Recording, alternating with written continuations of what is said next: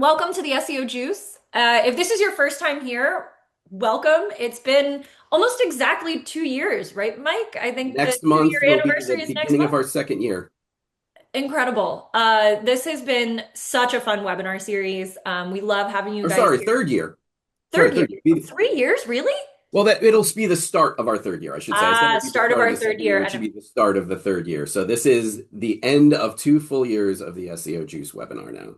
Amazing. Thank you all. If you've been here from the beginning, thank you all for sticking with us. If you're new here, welcome to the crew. We are so happy to have you. My name is Casey McBride. I am now Associate Senior Director of Market Strategy and Insights.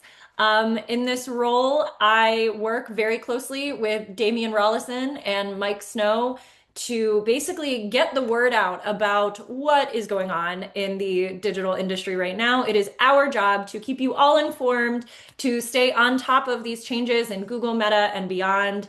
We love doing it. Typically, we have Mike Snow and Kelly Satino on these. Kelly Satino is out on maternity leave, so we wanted to bring Damian into the fold.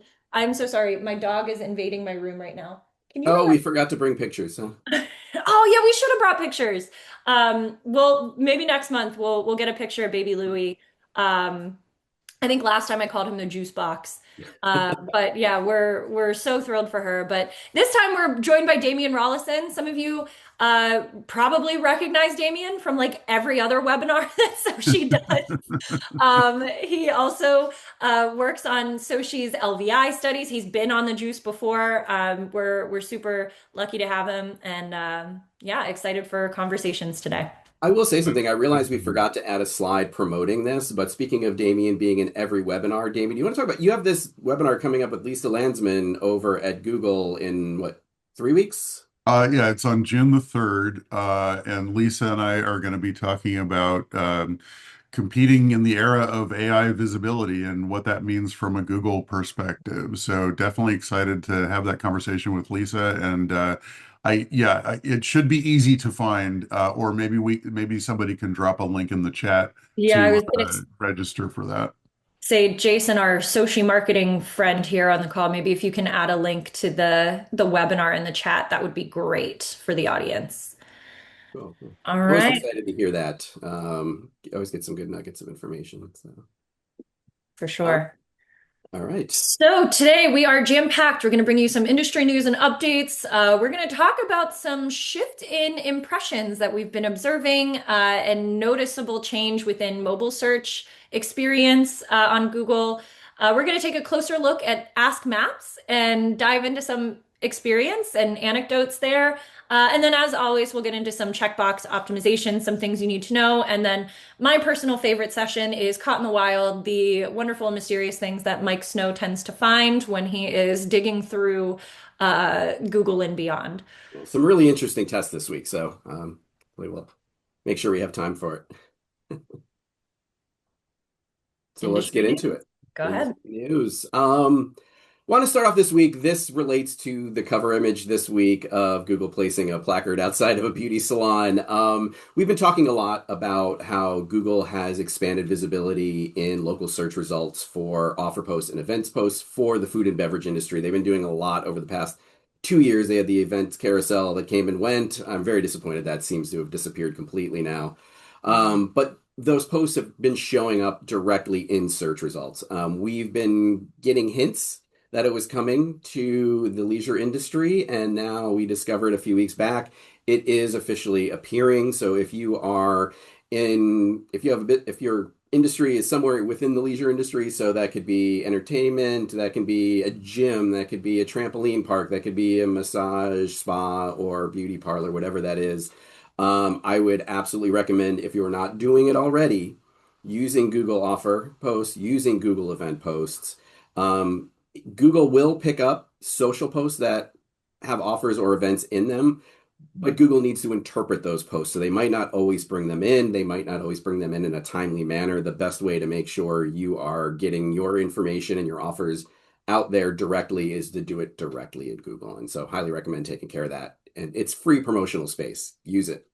Yeah, I mean, God, I've been talking about Google Posts, I think, since they rolled out in like 2017 and just obsessed with all of these different ways that Google has tried to like maximize their use. It always seems like things tend to start in like the restaurant space and then it expands out. And so it's exciting to see it now in the leisure industry. And, maybe it'll continue to expand visibility. I feel like Posts has been something that Google has been really stressing lately. And so therefore we tend to stress it a lot with our audience and our customer base and making sure that they're maximizing use of these tools because it's free. It's like free space on your listing. Use Yeah. it, utilize it. And there's a new test that I saw the other day, which disappeared again, which I'll talk about at the end, which is, I think, is even more visibility around some of these. So we'll get back to that.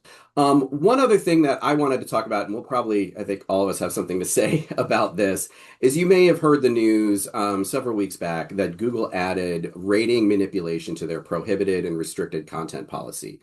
Google this one I'm actually going to read. Google defines rating manipulation as any attempt to directly or indirectly influence the star rating of business through fake and misleading content. This includes incentivizing customer reviews or requesting staff solicit reviews that include specific content, including content that identifies a staff member. So a couple questions that come out of this. Obviously, that right away worried a lot of people, a lot of industry, a lot of brands, a lot of just businesses in general. Does this mean you can't solicit reviews? And the answer is not at all, explicitly not at all. Google says merchants are allowed to solicit and encourage the posting of content that does represent a genuine experience without offering incentives to do so. So as long as you aren't saying, give me a good review and you'll get this, or please, you just giving them the opportunity to leave a review is absolutely fine. The other question that we've been getting a lot of is, will Google remove all reviews that mention staff? No, not necessarily. The policy applies to these sudden unnatural spikes in reviews that all conveniently name drop staff members and not organic mentions you get over time. This actually wasn't a surprise to me in the Yeah. probably the week before this was rolled out. I was doing a lot of work just kind of understanding kind of prominence within LLM search results. And one of the things I found, especially in YMYL industry, so your money or your life, things that deal with finance or health, is that LLMs are really good at identifying potential incentivized review patterns. I got several instances where a business that was showing up pretty well in traditional search results, I'd move over to AI mode and they weren't showing up. And so I started asking why. We talked about this in the last SEO Juice, like asking why you're not showing up. And one of the things that would come up every now and again was, but we noticed incentivized reviews. That doesn't, so we're not sure about this business, whatever that is. So it makes sense that Google would use these same tools that they have to identify these things and weed them out directly within Google Business Profiles. So the reality is nothing has changed. These policies were always kind of unwritten policies. They've just codified it.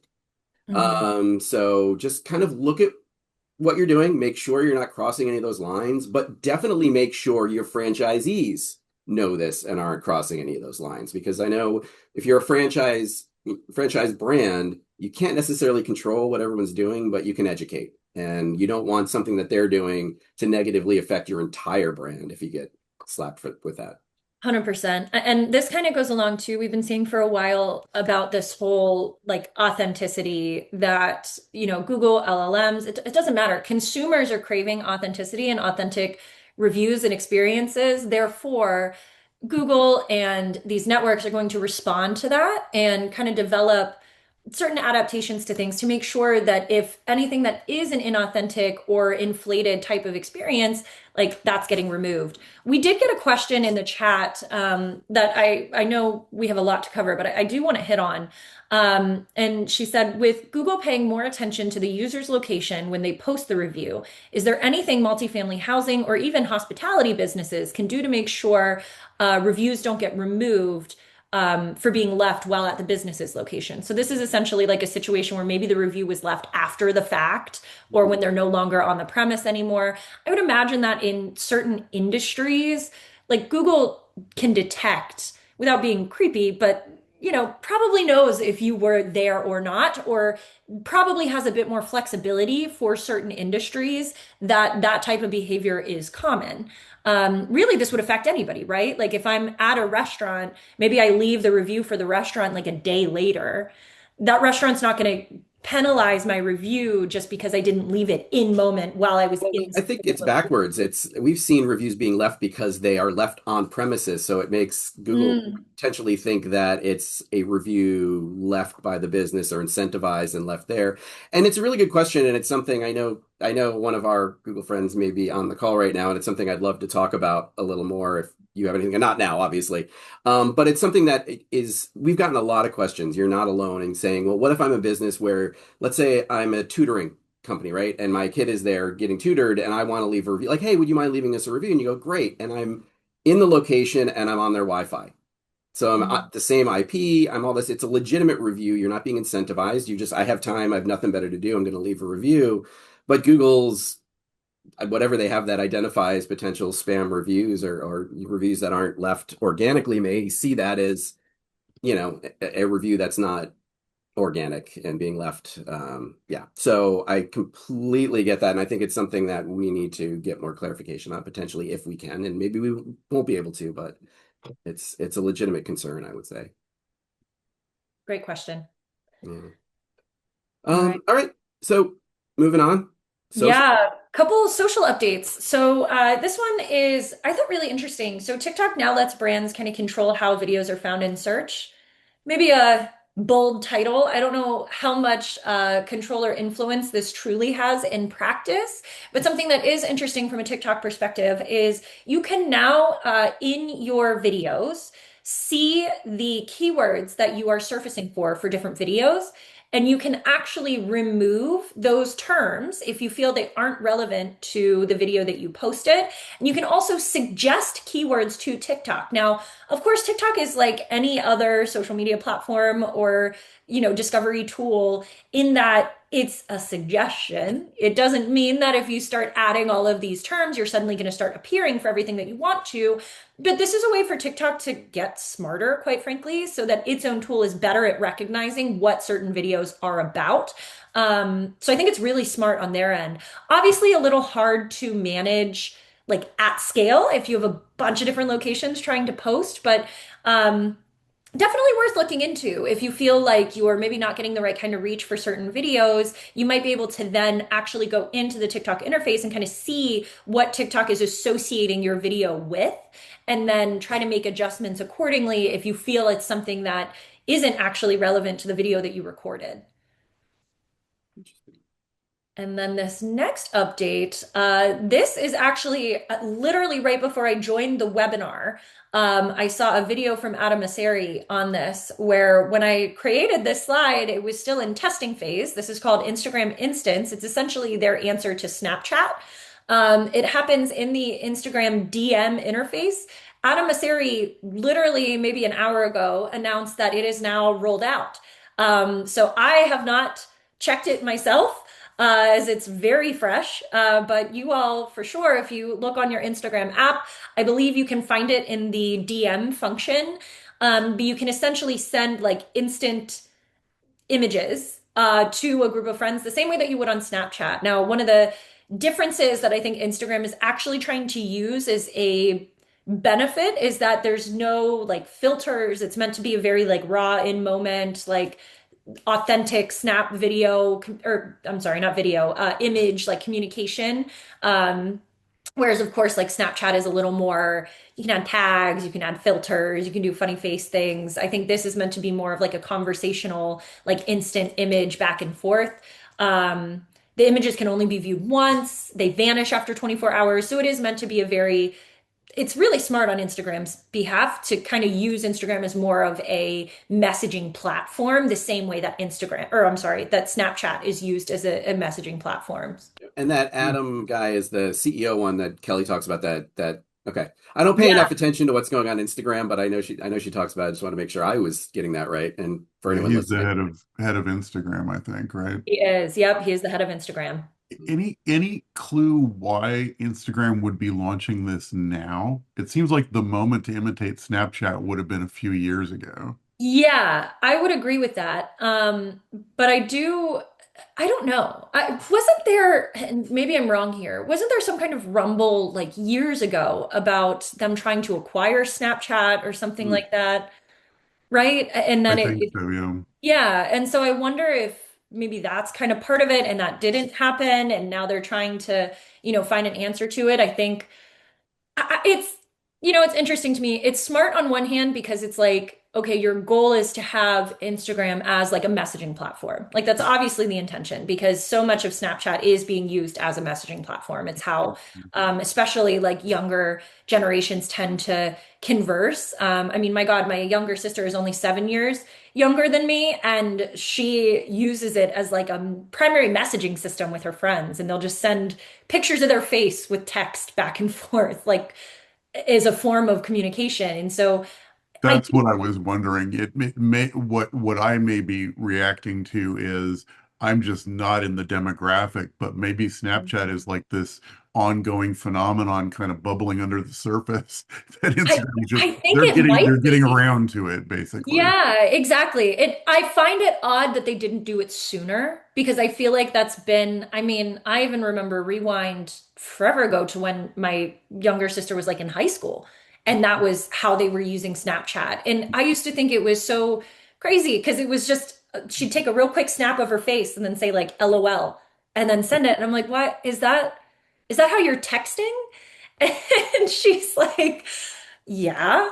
And Mhm. it's just so weird, but I guess it's still being used that way. Like Instagram obviously is picking up on something in the market, and whatever gets people on their app for longer and for more time, I think it's smart on their end. Um, Moving on, you talked about something that was a test and then is now live. I discovered something about a week or so ago that I thought was live and apparently is only a test. I noticed that we reported on probably a year or so ago that Google Maps, if you're in the application, that it will pair review snippets, posts, attributes, topic keywords with photos to kind of turn your carousel into a really cool billboard for your business.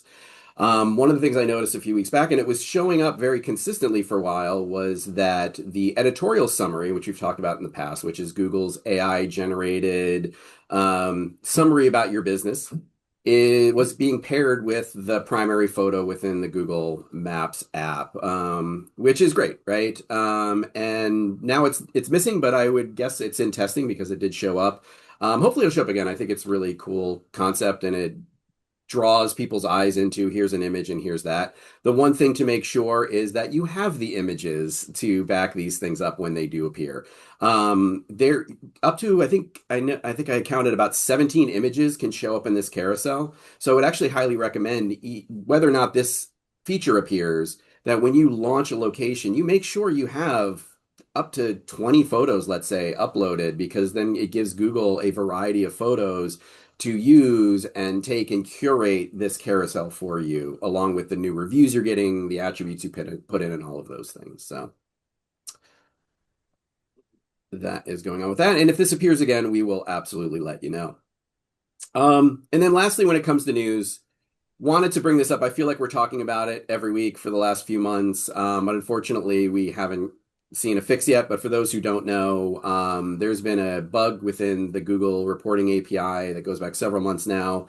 Was created when Google was doing work to try and stop third-party data scraping companies like SERP API for scraping their data and selling it to competitors like ChatGPT, who we saw highlighting Google reviews about over a year ago in their search results. Unfortunately, it potentially caused another issue. They're still working on patching it and making a fix. We haven't gotten news of a fix yet. Um, but hopefully it will come soon. And when it does, that all your reviews will finally, we can true everything up and match those. So you may see still instances where your review counts on your Google profile are higher than your review counts in your whatever management system you're using. It's not just the Soci issue, it's an everybody issue who uses that reviews API. We'll do want to highlight, though, that there's several other things going on. There's a lot more review moderation going on. So there may be instances where, as a business, you go, why am I not seeing a review I know was left? To which I would say, ha, caught you. You should know review is left if you're not soliciting reviews.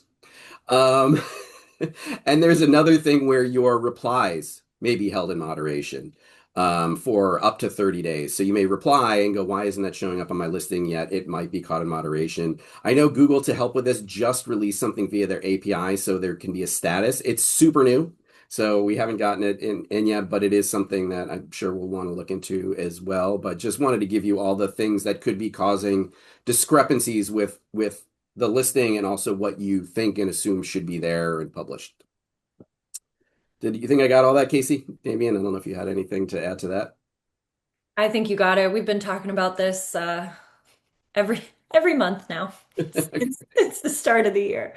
So let's move on to our quick poll before we get to our first feature, and this is related to it. So if you could launch the poll now. We wanted to know, have you seen a significant drop in Google search impressions? And saying Google search impressions, not map impressions. Have you seen a significant drop between November and February of this year? Yes, no, I don't know, or I'm logging in Soci now to check. And while you're filling that out, a friendly reminder that search impressions and map impressions are different. Search impressions are the impressions that your business listings generate in traditional Google search results, so google.com. Map impressions are the impressions that you generate from the Google Maps interface, either maps.google.com or your Google Maps app, that specific search behavior in that experience. All right, you could probably close it out. Hopefully that was an easy-ish answer.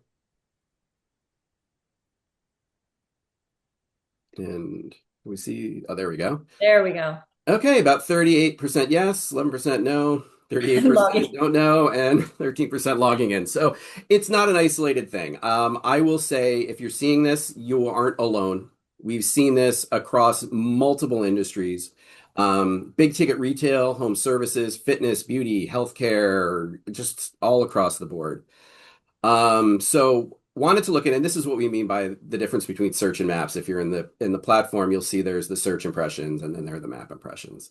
Again, you're not alone, and so we wanted to talk about this. And I will say, before we move into talk about it, just because you might notice this other drop over here, huge props to anyone who can identify. We talked about this in the past. If anyone can tell us what these drops are or what caused these drops. Anyone remember? Maybe a hard quiz. Might be a hard quiz. Just FYI for those who don't remember, from about June 24th to about July 17th, Google initiated Google data preview. Andy knew it. Yeah. So yeah, there's inflated. Actually, no, this is different. The inflated one was Oh, about the inflated Search one was Console. Search Console. You're right. This Sorry. is search impressions were undercounted for a certain amount of time, and that caused these big drops. So in a lot of these instances, there would be more of a straight line from May to August in a lot of these instances, but that's what that drop is, just FYI. And it was specific to search impressions. But let's talk about why this is happening. I'll get to the answer and then we'll talk about the why. We have seen a shift in mobile search specifically. So we're going to talk a little bit about how we identified what if you should be worried about this, why these are declining, and what you should do about it. Not just in like action, but also in looking at your search metrics to see if this is what is happening. So I will say, to start off with, do not panic. Just because you see that your search impressions are dropping does not mean that there's a problem, doesn't mean that you're doing anything wrong, doesn't even mean that your visibility for those things that matter for your business has dropped. The way we see that in these instances that we're going to talk about, these are two of those ones that we showed before. And though search impression growth declined dramatically, and you can see that right in November, it dropped, and in January, way down. Over here, even though its growth is still positive, going from January to February, huge drop. But in all these instances, lead growth remains steady or even increased. You can see here it goes down, but those web clicks continue to expand. So how can that be, right? So if actions are up, surely, if actually, even though are up, if impressions are down, surely there is an SEO issue, right? Surely something happened. But not necessarily. This is why you need to track keywords. It's really important to track keywords that are really important to your business. Because if you're not seeing these drop, like if you are a mattress store and you're tracking mattress store and you're not seeing a decline in your ranking, you should never see a drop like this. If you know, just from a if impressions are the same. Sorry, impressions equal, you shouldn't see a drop like that. But what this says, and the reason you want to do rank tracking, is that if one person searches mattress store over the course of the month, or 10 million people search mattress store over the course of the month, if you're showing up in the local pack, you'll get that impression, right? And so that huge switch doesn't mean that you did really great and then you didn't do well. It just means that the demand is there and you know that you should show up for it, right? Mm. Um, but what's really interesting is that keyword tracking can also provide clues into what's happening. And this is what happened when I was looking into this. So right here we have a home help service agency. They're tracking those things. They're doing really well. But then I see just home help just completely drop off a cliff. And I go, well, that's weird. Why would that happen? It's been growing. Everything else is growing. Why is that dropping? And then what we find is if we do a search for home help, oh, wait, there aren't any more local packs. So we were getting impressions for home help for a really long time. And then all of a sudden we weren't. Mm. And as I look deeper, for all these industries, this was happening. Dermatology, not all that, but the reduced packs. Instead of a 3-pack, a 2-pack. That means 33% fewer impressions if you were previously in a local pack somewhere, right? Like the opportunity, I mean, to appear in a local pack is dropped by a third. So things like dermatologist bringing up a 2-pack, hospice bringing up a 2-pack, mattress, glasses, moving supplies. Now, does this mean that Google just erroneously decided to drop this down to a 2-pack? No. We talked about this previously, I think last year, actually more than a year ago, when we saw a lot more 2-packs and what I called no packs, where it was just the map with nothing else underneath it. This idea that if Google is reducing the local pack, it doesn't mean that they just arbitrarily doing it. People probably aren't engaging with it, right? Why would Google reduce the amount of results if people were engaging with those results? I see Casey. Yeah, I was going to say this is something I feel like it's a trend that we've been picking up on for a while now, where we've been talking about this concept that I think forever ago Google like over-indexed how it localized search results. And it seemed like for a long time you could type anything into the search bar and you always got a local pack. It was almost like Google made it a benefit, which was sometimes, maybe wasn't other times, where you had all these different features and these things that you could see. And local pack was just one of those things that always appeared no matter what you typed. And then in recent years, that's been declining, I think, because Google's gotten a lot better at refining the search experience to what people actually expect and what they actually want to interact with. And so, to Mike's point, if Google is diminishing these local packs, if they're going from a 3-pack to a 2-pack to no pack, that's because the consumer behavior associated with those query terms is no longer inherently local. People are not clicking on the local packs. They're not interacting with the businesses. So maybe you were getting a large number of impressions for a certain term, but it wasn't actually impacting your bottom line. It wasn't actually helping you from a leads perspective. It was kind of just this like inflated perception that you had that, oh, great, I'm showing up for this awesome term. When in reality, that wasn't your business driver. That's kind of what's happening here. Yeah. Yeah, I want to say it was about 3 years ago that we started talking about this trend. And basically, what we were seeing was very similar to what we're saying right now. Year over year or whatever comparison you would use, search impressions seem to be declining, but actions were not declining. So I think this is just another phase of the same thing where Google is basically refining when it decides to show a local result.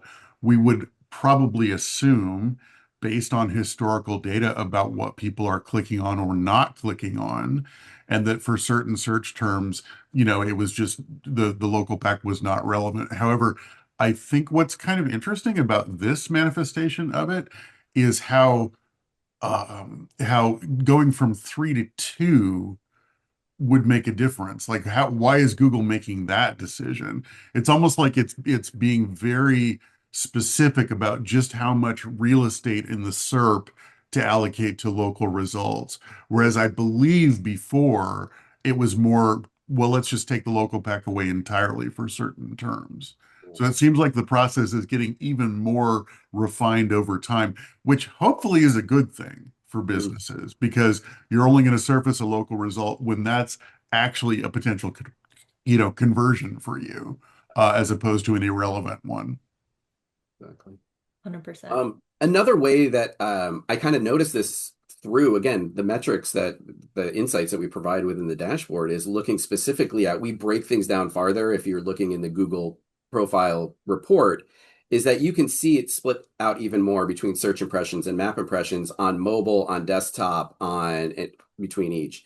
And one of the things that I discovered in looking at this in just before, so this was in Q4, just before a lot of that drop, and then in Q1 after the drop, is you can see here the mobile search impressions from this year, or well, the current quarter that Year-over-year. I'm looking at is higher than the other, and then it flips, Yep. right? This was for a martial arts school, and dojo was like one of their top keywords, and then it disappeared, and now it's a no pack. Like there is no pack. There isn't even a no pack where it's just a map. There's just nothing. There is no local pack. And so it makes sense that they would see that big drop, but again, their actions remained high. This was another one, mattress store. You see the same thing. It's above, now it's below. The search impressions on desktop are still above. They're still positive because people are doing their research, right? And then moving on. But it's not just that people are doing it on desktop. Let's say you're on mobile, you have so many more apps. I'm going to go and I'm looking for a martial arts school. Let me go to TikTok and see some videos that schools are putting out. Let me see what's on Instagram. Let me ask AIOs what the best mattress is for sleeping on my side. You're going to be doing things differently on your phone than you are on desktop. You have so many more options just right there. I mean, you have those options on desktop too, but the apps are right there, right? So, so let's go to kind of just summarizing all of this. What we've seen, obviously, mobile search impressions declined significantly in late Q4, early Q1. I will say the reason it is different per industry, and you might see it in November, December, January, is that it just depends on when Google reduced those local packs, right? It could have happened in November, it could have happened in January, but when that happens, depending on your industry, depending on what the most important keywords, you see those things move. The decline, and then again, this is how you observe it within your own data, right? So if you're seeing that decline, if you're not seeing it accompanied by a drop in ranking or engagement, and you see that there are a few local pack opportunities for those keywords that, you used to have a lot of volume, then you're probably being affected by this. Yeah. Again, the conclusion is that again, data points to discovery search on mobile, not being inherently local, specifically around that, and fewer local pack opportunities means customers are likely engaging with other features. So, Casey, what should they be Yeah. doing when it comes to metrics? This is the top question that I've received for probably the past year, and I would imagine the next year moving into that. So these trends are, I really think, just all associated with larger things that we're experiencing. Mike even alluded to it a bit about like people searching cross-platform, changing their certain search behaviors on these different platforms. And so it's becoming more important to have the right kind of keywords set up that you know are additive to your business. And the keywords that maybe were additive to your business a year ago might not be the same ones that are additive today. In fact, Mike and I were even, anecdotally talking a bit about how our own personal search behaviors have changed and the things that I used to go to Google about, I now go to Claude directly. And then my search on Google actually looks so much different. I'm still using Google, but I do a lot of research first on a lot of topics in Claude. And so thinking about how that may have influenced the keywords that are now important to your business, one of the best ways that you can understand that is actually using Google Business Profile keyword insights. And so these are the terms. This is a gold mine, and I've been saying this for a long time. These are the terms that Google Business Profile is actually surfacing your business for. They are available via API. If you are a Soci customer, you can see them in the listings and insights section. You I would highly recommend that you guys look at what are the terms I was appearing for last year, what are the terms I'm appearing for this year, and really analyze the difference between the two. I would imagine they are going to be significantly different, and that can kind of help you pinpoint, like, okay, these are my money makers. This is what I'm getting the most impression for. This is important. This is what I need to invest my time in. Um, and then this kind of goes to a whole other talk track, but I did want to hit on when we can't rely as much on impressions anymore, it is going to become more and more important to find certain correlations to our marketing efforts and to our bottom line and our business performance. These metrics that we have been using for a long time are becoming less and less reliable because of all of these massive changes in consumer behavior. And I had a whole other webinar on this. I talked about it in Reimagine last night or last year. I'm sure I'm going to be talking about it more and more. But I think it's going to be more important for us to really think about time, place and time correlations between the efforts that we're making, the keywords that we're trying to appear for, and then our bottom line and our in-store sales and bookings and things like that, and not feel so tied down to metrics like impressions and traffic and things like that.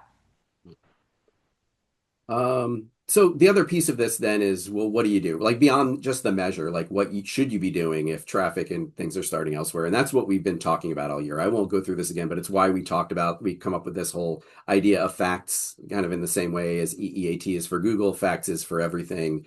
Make sure that whatever you're doing is trying to hit all of these filters essentially. If you're putting a post up with photos, it should do things like it creates freshness by having something up there. The content you put in it can be authoritative, and the images that you put into it. If you're talking about the products and services you are, and maybe the areas you serve, if it's a service business and they match up with the service areas you talk about and the services you offer, people may engage with it. That builds trust. You're talking about it in semantically relevant terms to meet problems. If you're doing all these things through all the work you're doing, especially on your page, I mean, and now more than ever, you need to treat your page like a directory for your business. So, we talk about managing directories everywhere. We never talk about, well, the industry doesn't talk enough about your local page being a directory. It is. It is the directory you can control. You can decide what attributes you want on it, how long your description is, what products you put on it when Google has these set restrictions.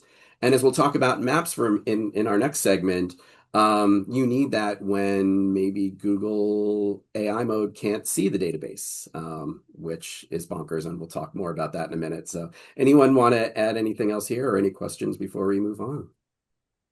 I don't think so. I think we can hop to And if that. you're not sure about your health and you're having trouble kind of deciding if search impression drops are due to that or something else, you can always talk to your CSMs too. They're great, and they'll in turn talk to us if it's a hard case to crack. So, moving on, Ask Maps. This is something that's been talked about a lot. Google expanded this feature in March, April, so about a month and a half ago.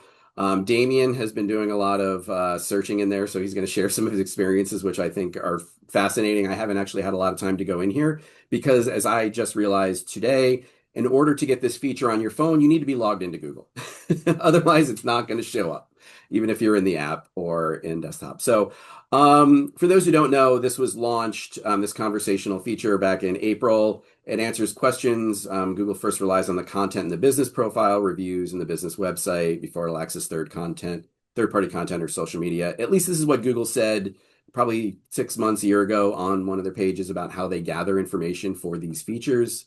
I always thought it could provide really valuable insight into what Google knows about your business. But as Damian's journey shows, what it knows, even if it's in Google, doesn't mean it's going to know it. And this is where we get to the idea of making your page a directory. So just to know where to find it, and then I'm going to let Damian kind of go through his experience. If you're in the app and you're signed in, you'll see it right at the top very prominently. If you're on desktop, it appears as well, but only if you go to Google maps.google.com directly. It's not if you do a search and then hit maps and you want to move that traditional Google search into maps, this won't appear. It'll go into the regular search. So if you go in there and you're looking for it, why doesn't this appear? That's why. So Damian, tell us about your experience because I think it's absolutely fascinating. Yeah, so I've spent, to be transparent, more time with the mobile app than I have with the desktop version, which I can't really speak to as much. But I've been playing around with the mobile app for a couple of weeks now. One thing that I learned that was kind of surprising is that if you already have settings in your Google Maps app to remember locations that you visited in the past, and there's certain settings that personalize the maps experience, the Ask Maps interface is going to have access to that information. So it's already somewhat personalized to you. That was one finding that I was kind of surprised by. But I had heard a lot, there's been a lot of talk in the sort of industry, LinkedIn posting and blog posting, et cetera, about Ask Maps being a revolutionary feature. And when people say that, what they're imagining is that it's an indication that instead of going to Google Maps and typing in a couple of keywords, coffee shop near me, that people are going to start interacting with Maps data like you would in AI mode or in ChatGPT or in Claude by invoking the Ask Maps feature. You just click on the button and it opens up this kind of open-ended, generative AI conversation. And that's how people are going to now access local search information. Well, I would say that remains to be seen. Like so many things, when Google, floats a new feature out there, it may or may not gain adoption, et cetera. But it's worth paying attention to because it could represent, another sign, and one that's much more oriented toward local search, which we all care about, toward, away from traditional search experiences and toward this sort of new mode of thinking. And so I had seen someone online searching for using Ask Maps to search for the best hazelnut latte near me, which is not something I generally care about, but I decided to use that as an example. And so this is my search, which shows in the area of Folsom, California, where I live, several recommendations. You can see it's conversational. At first, it doesn't really seem that different from if you would do the same thing in AI mode, or frankly in ChatGPT. One thing I did notice is that the recommendations that it offers have information from the Google Maps profile represented, although it's not marked out that way. The example of Chocolate Fish Coffee Roasters on the right, it's kind of like a card presentation. It's got the business name, star rating information, pricing, category, and then that gallery of photos does appear to come from the Google Maps listing. But it's interesting, it doesn't seem to have a very strong or reliable connection. There's some problems. So if you look at the center screenshot, this is the first recommendation. So the screenshots kind of go in order, right? And Argos Cafe in the middle. I noticed it has no reviews, and yet it's the first recommendation. I thought that was kind of weird. So if you go to the next screen, I clicked on it. It turns out it's permanently closed. So the first recommendation from Ask Maps pointed me to a business that was a permanently closed location, and that's interesting, right? I think you can chalk that up to growing pains, but it also is a clue of something where I think what we may be seeing here is that where it says no reviews on the left-hand side, that's the Ask Maps version. On the right-hand side, you can see that it did have reviews and an overall star rating, but now the business is closed, and that would suggest that the connection between that and Ask Maps is somehow a broken connection, right?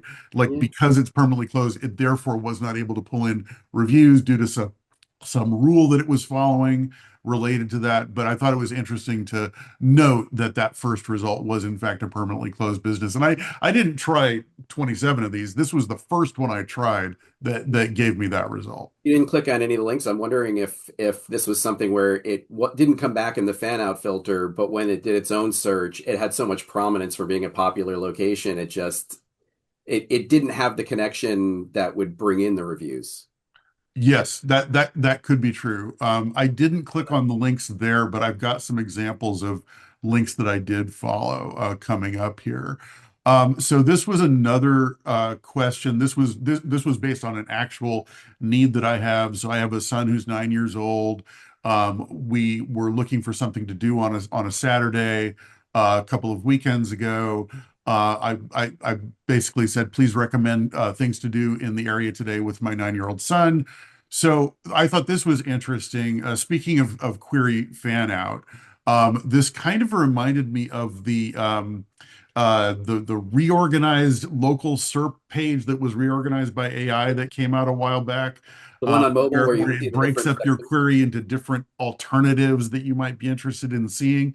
In this case, when I asked for things to do, it broke it up into morning, afternoon, and evening, right? So that's not something that I asked for. That's an example of a kind of a fan out behavior where Google's interpreting my query as, hey, this person may want to see a range of options, and here's my range of options. And I was actually interested in some of these options, in particular the California State Railroad Museum in Sacramento. It reminded me that that was a place on our kind of list of things that we might want to visit. I had heard it was cool, etc. So then here's in this next slide where I clicked on a link, and because what it actually ended up telling me, this is a listing for the History Museum, but there's a cluster of museums in Sacramento, and what this result is saying is that they're hosting at these museums a kids day. Mini Minds in Motion is happening today. It's you can go to different museums and have different experiences that are all kid oriented, and I got real excited about that and actually started to make plans to do this until I clicked on the link for more information. And it turned out that although I was asking for these recommendations on May 2nd, the event actually took place on November 9th. So this sachistorymuseum.org was the site that Google was referencing, but it seemed to miss the information that this was actually an out of date event.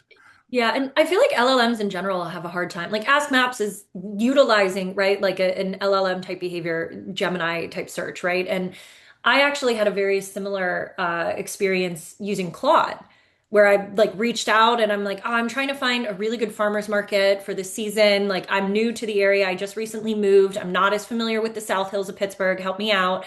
And it sent me all this information. It was like, you have one tomorrow. Like go Yeah, right down the street. It's great. And I got so excited. I left work like 30 minutes early. I was like, I'm going to go to this farmer's market. Drove up, was not happening. right. And I'm like, where, where is it? What's going on? They have such a hard time with like point in time perception. And this is why, I'm not necessarily trying to pick on Google here. I'm just observing this is what's happening in the wild right now. And people's perceptions of how useful the feature is are going to partly be based on how often that sort of thing happens, right? So we would hope that it's going to, improve over time, learn how to look at the right signals. But we know, I mean, Mhm. I think, Casey, you and I have noticed that when you're researching stats, the LLMs often make up stats out of the blue that aren't Mhm. in the source material. So you just have to be really careful. I got something in pro mode, and I can't remember if it was Gemini or GPT or one of them that literally said, because you can watch the thinking in the background. I don't know if you ever do that. I do it all the time to make Oh sure yeah, my it's thinking's so thinking interesting. properly. And it literally said, because I was like, if you don't know, tell me that. And it said, what is it? A developer says I should come up with something even if I don't know, but the user wants me to, tell them if they don't know. And like basically saying there's this conflict of being helpful and giving an answer no matter what versus actually having an Yes. answer. And that's where I think it Yes. all breaks down. Yes, yes. And I think we all kind of know about this in the way that AI is kind of rolling out into the universe. It Mm. has this helpfulness bias and it tends to kind of get in the way of Yeah. things When like it's And helpful, you it's you super would helpful. but you would expect Ask Maps, Gemini, Google, you would expect AI overviews, all of these interfaces to be succinct. Like you would expect them to all be on the same page because God, I mean, Google it has this wealth of technology that they've developed over, God, my entire lifetime and beyond. So it's like how are you missing the mark when it's you? Like I get why Claude is maybe behind, but yeah. how hasn't Google figured that out quite yet, you This know? is one of the things I think, and I know we have to move on because we're almost out of time. But I didn't highlight this or underline this enough last month when we talked about this model and what's going on and like with Gemini and AI mode. It shocks me that Mhm. AI mode in Gemini has no direct access to the Google Maps database. It can't tell you all your reviews. It can't tell you everything that's going on unless it's passed back via that fan out technique. And that just boggles my mind. Like I can't even believe that that's the case. What I was we don't have time, I know, but I had a long conversation with Ask Maps about how it sources local queries. And Mhm. what was kind of really surprising is that you'd think that Google Maps, if anything, would have access to all Yeah. Google Maps listing data, that it would, but in fact, Ask Maps apparently doesn't. It has a very similar behavior to what this chart is describing. Yeah, I had a really like I thought was an awesome idea. Like, hey, I should check to see if when you ask Maps about a place, it can tell you if it can identify any review solicitation patterns. And I picked a business I knew got flagged for review solicitation and asked it, and it was like, no, everything's fine. And I asked it about it, and it said, well, actually, I only get the reviews that come back in the fan out query, and if those reviews are positive, even if things are That I don't terrible, I'm just see. going to talk about the positive. Yeah. I think it's important though to say this is all provisional. This is all for now. This is what Mhm. it is, right? Because there may be reasons why Google's rolling it out in this way. There may be some kind of caution about opening up the full Google Maps, database. You'd think it would be a natural move, but maybe there's a staged rollout happening. You know what I That's mean? a really good point. That's a Yeah. really good point. Yeah. And also, it's good to talk about because, I think hopefully Google will hear enough people talk about it in general. I think I don't know. I'm just surprised I don't see more information in the wild about it. It surprises me. Yeah, but don't make Um, too many assumptions that AI can reach all of your GBP because it apparently is not doing that right now. Yeah. all right. So running through the end. Yeah, I know we're limited on time, so we're gonna try to hit on these quick. There are some new Google Business Profile categories: pet microchip scanning station, child psychotherapist, and sewing school are recent categories that we noticed that were added. We did learn some interesting things recently from our friends at Google about how categories are added. And with that, we have spoken in the past about getting some new categories going for some of our customers, things like smoothie shop or what's the other one, Mike? Trampoline park, Trampoline. things like that. We're very hopeful that there may be a path forward. We have had some very good conversations. But something that I thought was really interesting that we learned is that when categories are up for consideration, basically to be developed for Google Business Profile, it's a global consideration.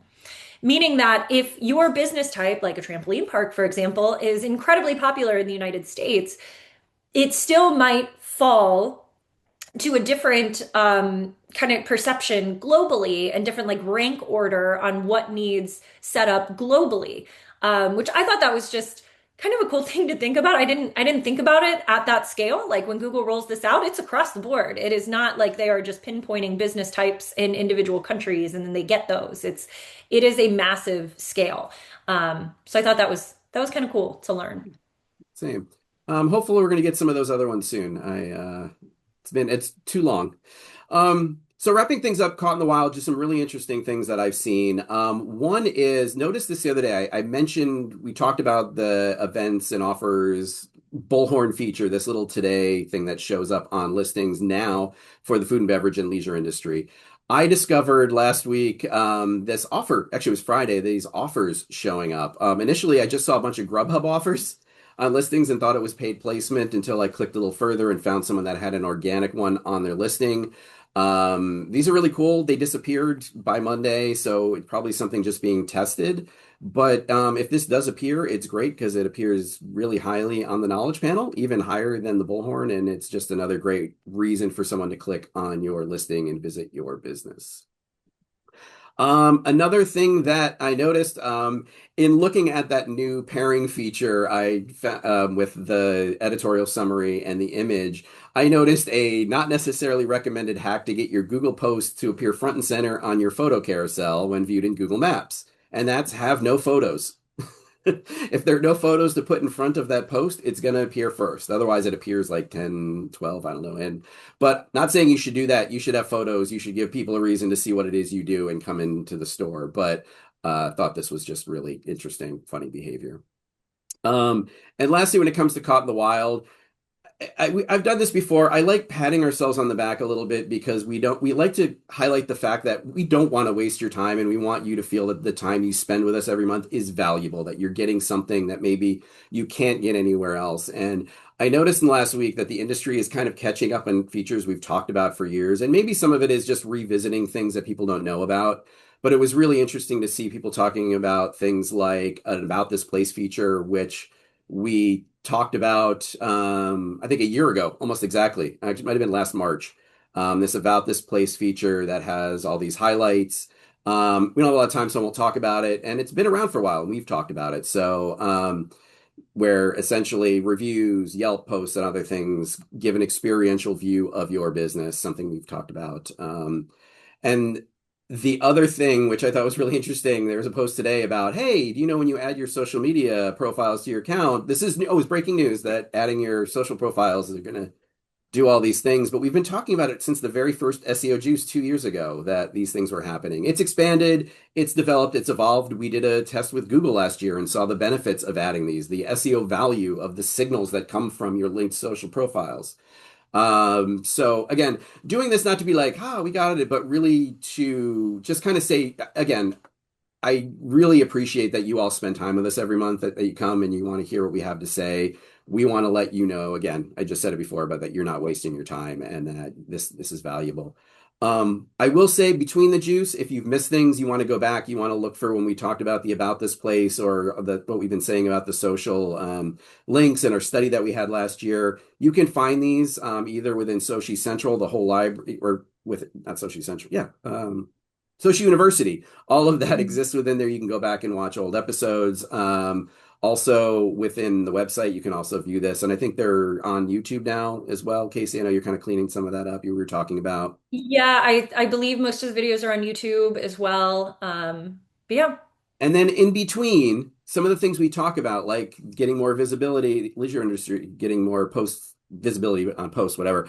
I report on that stuff as soon as I find it within Soci Central. So highly recommend you check out Soci Central if you haven't already. There should be a link in your dashboard at the top that brings you right there. We anything that we're doing on the blog, we post here. Any interesting things we discover, we post here, tips, tricks, all that stuff. So highly recommend dropping in, just to see what we're talking about in between these sessions. So with that, we have a minute left to wrap things up. Final love it. words? Final thoughts. Thank you guys for joining us today. Please, please, please check out. We have links to the other webinars that we were talking about. I know Damian shared one that's coming up soon with our CMO, Monica, talking about correlations with foot traffic. Definitely check that out. Damian has a really great webinar coming up with Lisa Landsman from Google. We shared a link to that as well. And then please join us next month. Keep hanging out with us at the SEO Juice. Ooh, last thing too. Reimagine. Oh, Please, we would love to see you guys there. We are going to be there. We're doing an SEO Juice live breakfast, which I'm so excited. I hope we serve like juice and I'm already talking to the team about how do we get like cool little cups or something. But I cannot wait to see you all there. Please, please join us. no. Thank Awesome. you all. Bye, everyone.